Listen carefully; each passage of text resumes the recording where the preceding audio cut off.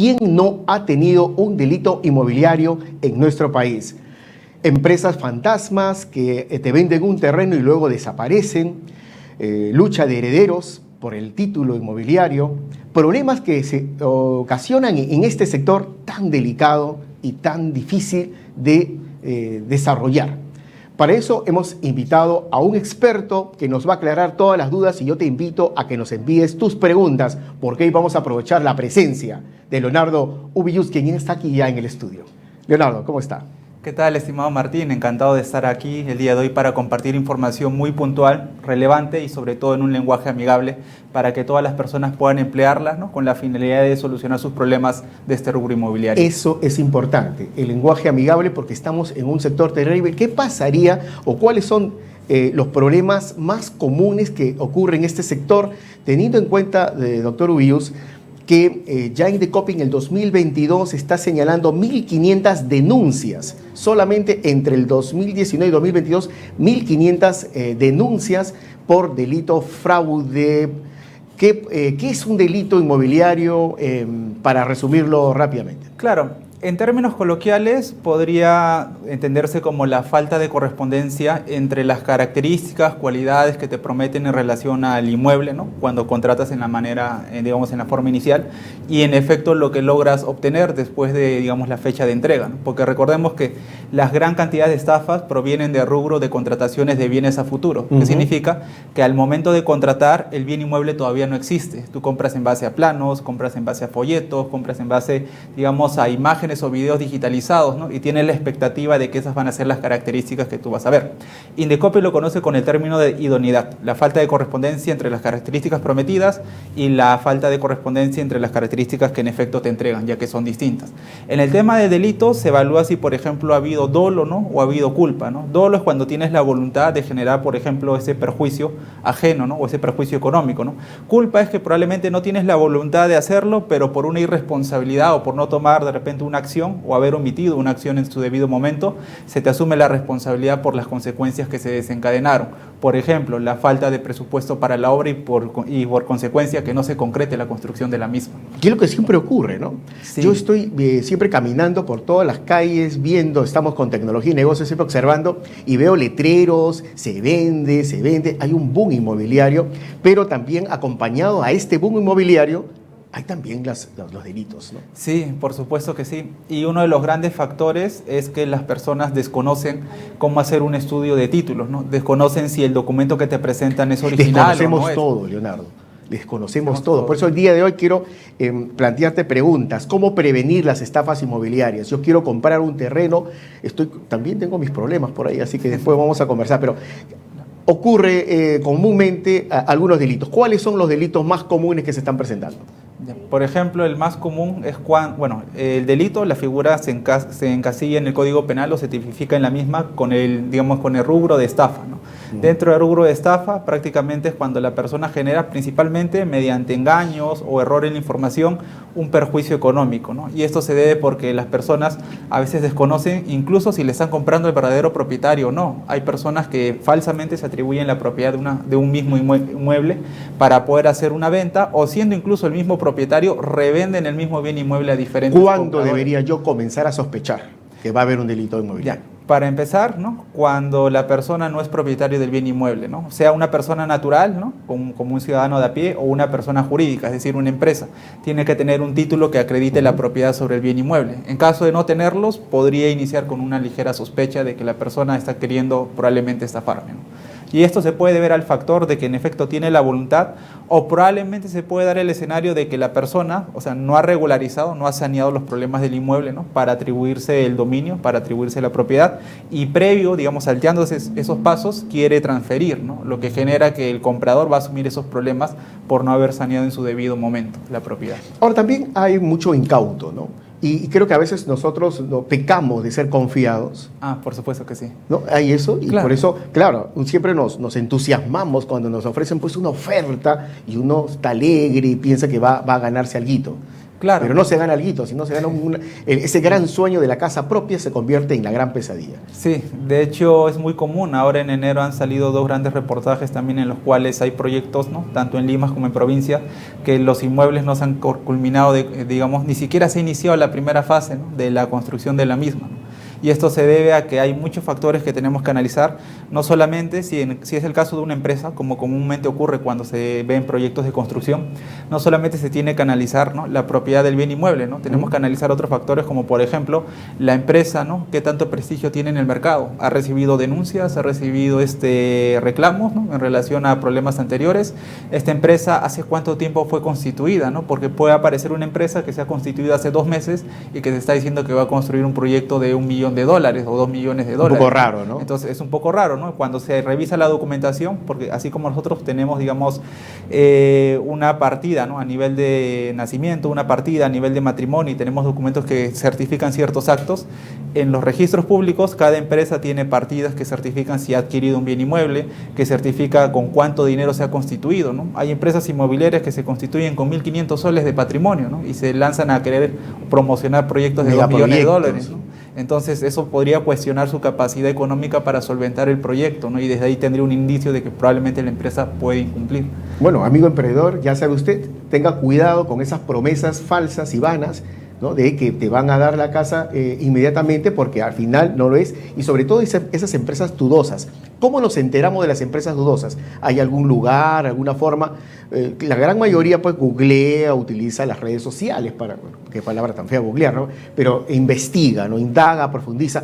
¿Hay forma de saberlo? Claro, 2 maneras sencillas, ¿no? La primera es googleando el nombre de la empresa y consultando su RUC, ¿no? Cuando tú tienes tu RUC, puedes acceder a la plataforma de consulta RUC de SUNAT para poder acceder a la información más relevante de la empresa, ¿no?, como dónde está ubicada, cuál es su objeto social, ¿no? Porque puede ser una inmobiliaria cuyo objeto social sea no construir, sino transportar mercadería. Entonces eso no va a acordar su actividad. Hay una alerta, ¿no? Y la otra plataforma es la que te proporciona Indecopy, que se puede googlear, ¿no?, comentando mira a quién le compras, ¿no?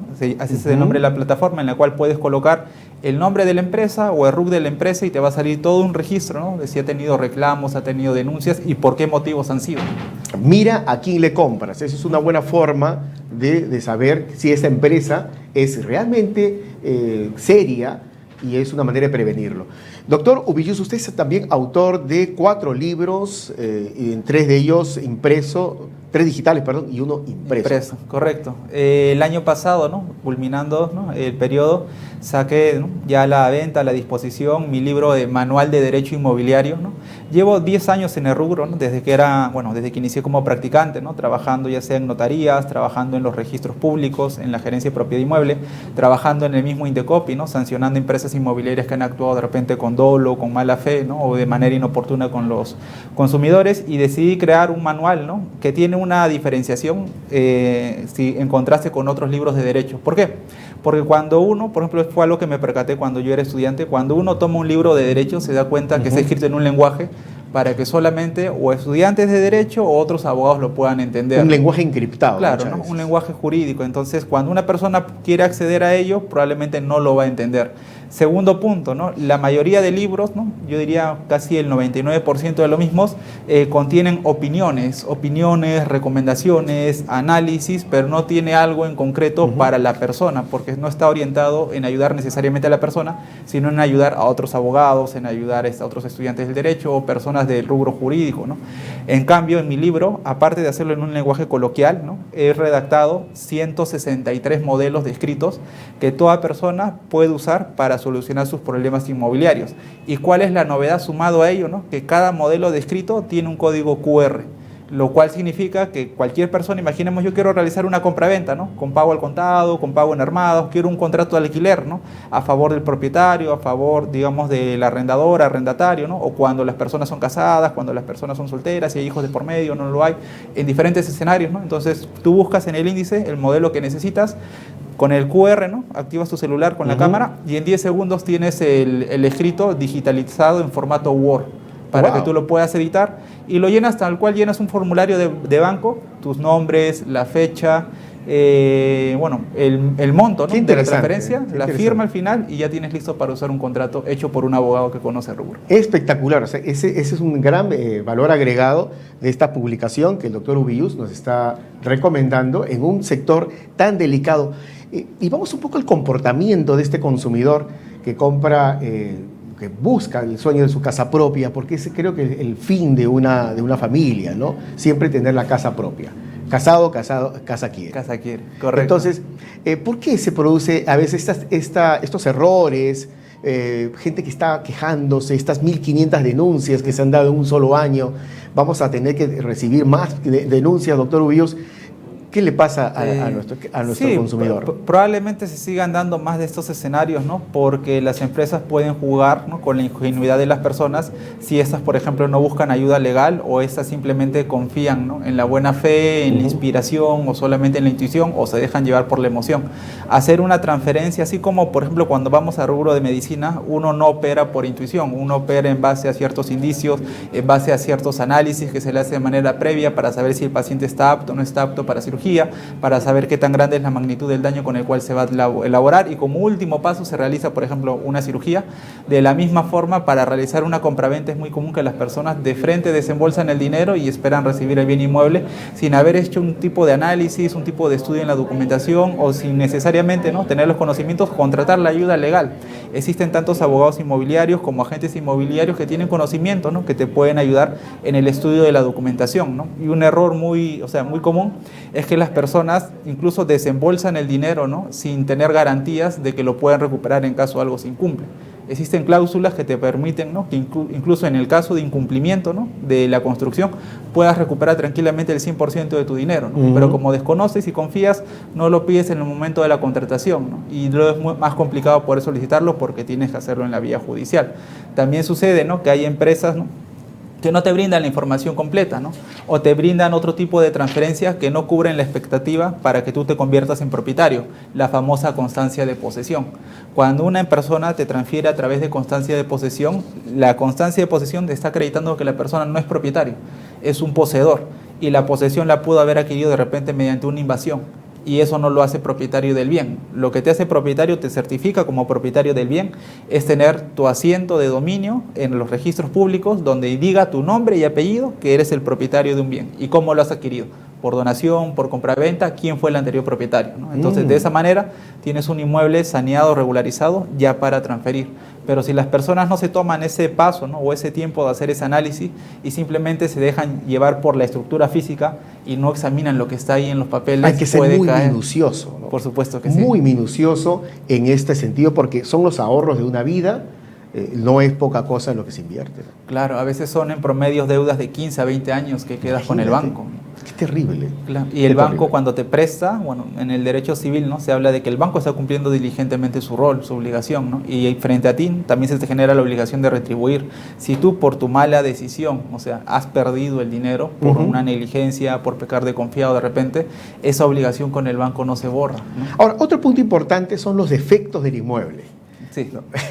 que es común, ¿eh? Yo estoy ahorita con arreglos en la casa y no sabes tú, o sea, la casa se hizo bien, ¿no?, con buen ladrillo, pero resulta que cuando el propietario va a su domicilio, encuentra pues que al mes, a los 2 meses, vienen los desperfectos. Doctor Ubillus, ¿qué hacer ahí? Correcto. En ese caso, evaluando la magnitud del mismo, puedes ejercer alguna de estas dos pretensiones, ¿no? Si sientes que esos defectos son muy atroces, ¿no?, o ya no son simplemente meros errores, sino horrores, ¿no?, en el tema de la construcción, puedes pelear por la resolución de tu contrato y la devolución de tu dinero, ¿no?, para desligarte de eso, ¿no? Pero si es algo mínimo, ¿no?, imaginemos, no sé, las puertas te prometieron de madera y te las entregaron de melamina, ¿no?, que puede ser subsanado, ¿no? Pueden comprar una nueva puerta y te lo pueden, digamos, la misma inmobiliaria instalar. Si son temas mínimos, ¿no?, o de repente la pintura te prometieron que iba a ser todo blanco y te lo entregaron de color amarillo, celeste, rojo. O el salitre. O el salitre, ¿no? O era una pintura antisalitre para el caso de inmuebles que están cerca de la playa, ¿no?, para que puedan resistir. Si ese es el caso, por ejemplo, puedes ir al Indecopi, ¿no?, puedes presentar un reclamo, ¿no?, o una denuncia. ¿Cuál es la diferencia? que mediante reclamo Indecopi actúa bajo un rol pacífico. Contacta, en este caso, a la inmobiliaria y le pide que llegue a una solución y que le comunique si llegó a una solución o no. Entonces, de cierta manera, influye para que las partes puedan llegar a una solución. Puede hacer que la inmobiliaria decida devolverle económicamente una contraprestación, puede hacer que la inmobiliaria diga, ok, ¿cuáles son los defectos? Son estos 5 defectos, yo los voy a subsanar, lo voy a pintar del color que tú gustas, no te di la cocina que te prometí, te la voy a entregar, te voy a cambiar todas las puertas, ¿no? Y cualquier otro tipo de falencia. Pero si con eso no se llega a una solución, el consumidor inmobiliario tiene la opción de plantear ante Indecopi una denuncia. Y en la denuncia, ¿cuál es la diferencia? Que puedes establecer sanciones para la empresa. Es importante. Indecopi, por ejemplo, la sanción más común son las multas, ¿no? Y cuando hablamos de multas, son multas muy elevadísimas, ¿no? A veces pueden ser en millones de soles las multas. Entonces, eso hace, ¿no? O equipara, digamos, la asimetría de poder para que el consumidor no esté desprotegido, sino tenga un poder para negociar, diciendo o me cumples esta vez o se te vienen algunas multas. Y aparte de ello hay otro tipo de sanciones. Puedes pedir, dependiendo de la gravedad, como ha ocurrido en escenarios, por ejemplo, de rubro de restaurantes, la clausura del negocio, ¿no? La clausura temporal, la clausura definitiva, o que se inscriba, ¿no? Así como las personas tenemos nuestros antecedentes policiales, judiciales, penales, las inmobiliarias o las personas jurídicas en general también tienen un registro de antecedentes en Indecopi. Pedir que se inscriba en el registro de antecedentes para, digamos, atacar el prestigio de allí la empresa. Podemos, ¿no? El cliente, el consumidor, ahí puede ver, listar esos delitos y tomar una buena decisión, ¿no? Claro. Y hay algunas empresas importantes, no las voy a mencionar aquí para no comprometerlas más, pero yo creo que cualquier consumidor, cualquier persona que quiera comprar una propiedad o un inmueble puede verificar estos delitos. Claro, por supuesto que sí. Hay ¿no? un ranking ahí. Y obviamente, ¿no? Si el asunto es muy fuerte, ¿no? Y ya lo que deseas prácticamente no es tanto ir por el tema de repárame el daño, no es tanto por y cámbiame ciertas características, sino que haya una sanción directamente para la persona implicada, tenemos abierta la vía penal, ¿no? Que se puede iniciar a través de una denuncia penal, ¿no? Que es muy diferente a la administrativa, porque la administrativa, mientras estás buscando sancionar a la empresa, ponerle medidas correctivas como una multa, en la vía penal estás buscando la privación, ¿no? La pena privativa de libertad de la persona, por ejemplo, gerente general o de la persona que cometió esa incidencia. Es importante el mercado y nosotros que de una manera creemos en la libertad del mercado, porque de una manera esto ayuda a que el consumidor pueda tomar buenas decisiones y que haya buenas ofertas, pero también es importante de que se respete los derechos del consumidor. Es muy importante. Sí, por supuesto que sí. En el escenario de compraventa es el comprador quien está más protegido en una situación de vulnerabilidad, porque el vendedor prácticamente su pretensión se puede resumir a una, ¿no? Recibir una contraprestación económica. Y por lo general el comprador casi siempre, ¿no? Cumple ese tipo de interés o ese tipo de pretensión. Entonces, una vez que el comprador o el vendedor recibe ese dinero, ¿no? Su pretensión ya está satisfecha. Pero quien sí puede acarrear potenciales problemas es el comprador, ¿no? Porque ahora hay todo un procedimiento, ¿no? Para saber a nivel documental, ¿no? Que tú en efecto te conviertas en propietario de bien inmueble, ¿no? Y en la parte material, ¿no? La estructura de tu bien cumpla o satisfaga tus pretensiones tal cual te prometieron. Muy bien, ya estamos llegando al término de este bloque. Estamos con el doctor Leonardo Ubillus, quien nos está aclarando puntos importantes sobre el tema de los delitos en el sector inmobiliario. Tenemos para hablar más, ¿eh? Así que yo lo voy a invitar, por favor, para una siguiente oportunidad. Perfecto. Porque nos queda ahora el tema de la no entrega del inmueble, que también es terrible. Es otro de los delitos que sale en el ranking. Claro, por supuesto que sí. La no entrega prácticamente se basa en que el inmueble no existe, ¿no? Tenemos, los proyectos no se realizan para necesariamente construir una única casa o 2 casas, es para realizar todo un conjunto de vivienda. Si hablamos de condominio, hablamos, por ejemplo, de torres o de bloques, ¿no? Y si hablamos, por ejemplo, de edificaciones, estamos hablando de, no sé, edificaciones de 10 pisos, 15 pisos, 20 pisos. Y a veces ocurre, ¿no? Que por falta de presupuesto, que es lo más común, no terminan de construir todos los pisos o todo el proyecto a cabalidad, ¿no? Y por tal, ¿no? Como no existe el bien, ¿no? Corpóreamente, es decir, no existe físicamente en la realidad, no se puede hacer el acta de entrega, ¿no? O la transferencia del mismo en la parte material, y por lo tanto las personas se ven, digamos, perjudicadas o vulneradas en ese escenario. Qué terrible. ¿Qué hacer ahí ya para cerrar el bloque? Puedes plantear una denuncia en Indecopi, puedes plantear una denuncia penal, ¿no? En una fiscalía, o de repente si quieres la devolución de tu dinero y no pactaste absolutamente ningún mecanismo en tu contrato, porque se da la realidad, ¿no? De que las personas a veces no negocian, tienen la facultad de negociar, pero no se les ocurre negociar, simplemente firman tal cual el contrato que le propone la inmobiliaria, ir a un juzgado civil, ¿no? Para pedir de repente la nulidad del contrato y la recuperación del 100% de tu dinero, más una indemnización de por medio.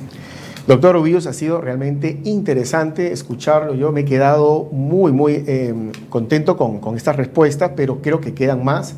nuestros internautas nos están enviando también algunas consultas y yo le voy a pedir por favor que en un siguiente programa hagamos una parte 2. Claro, un capítulo. ¿Qué le parece? Porque tenemos que hablar de más. Además, nos queda también hablar sobre no solamente el incumplimiento de los contratos, toda esta situación en la que vivimos actualmente de los actos vandálicos que ocurren en las calles, también perjudican los inmuebles, ¿no? Claro, también los daños a la propiedad y también la típica figura del desalojo, incluso cuando un tercero entra en contra de tu voluntad o por desconocimiento tuyo, ¿no?, a tu bien inmueble y toma posesión del mismo y no se quiere retirar. Es otro de los principales problemas que ocurren. Y más se da en escenarios de familia. Terrible, ¿eh? Sí. Terrible. Bien, aquí en Tecnología y Negocios no quisimos dejar de lado un tema importante, fundamental para entender primero por qué las personas, por qué las empresas incurren en estos delitos. Ya sabemos, ya estamos advertidos, ya puede usted tomar nota, entérese por favor e indague, no haga una compra antes de investigar. Muy bien, vámonos a una pausa porque vamos a hablar de otro tema interesante. Doctor Villos, usted quédese por favor con nosotros todavía porque vamos a hablar de las criptomonedas. ¿Un paraíso para algunos o un infierno para otros? Volvemos después de este corte.